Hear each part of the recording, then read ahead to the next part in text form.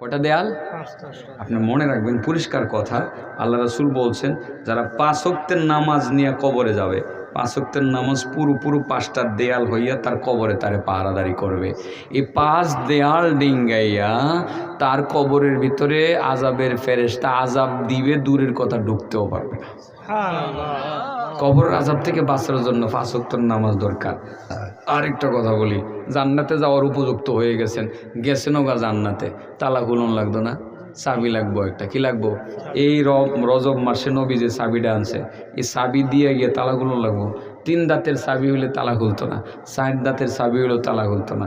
চাবিটা লাগবো 5 দাঁতের চাবি। কয় দাঁতের? তার মানে 5 ওয়াক্তের নামাজ লাগবো। কয় ওয়াক্তের নামাজ লাগবো? 5 ওয়াক্তের নামাজের এই চাবিটা লইয়ে গেলে জান্নাতের তালা খুললা ভিতরে ঢুকতে পারবেন। তাহলে নামাজ কয় ওয়াক্ত? আমি ফজরটা আর এশাটা গুরুত্ব দিয়েছি, কারণ ফজর আর এশা যে ভরে এই জোহর আসরিটা পড়বো, এটারে আর বাইন্দা রাখুন যেত না। ফজর যে পড়বো হ্যাঁ আর বাইন্দা রাখুন যেত না, সব পড়বো, ঠিক আছে না?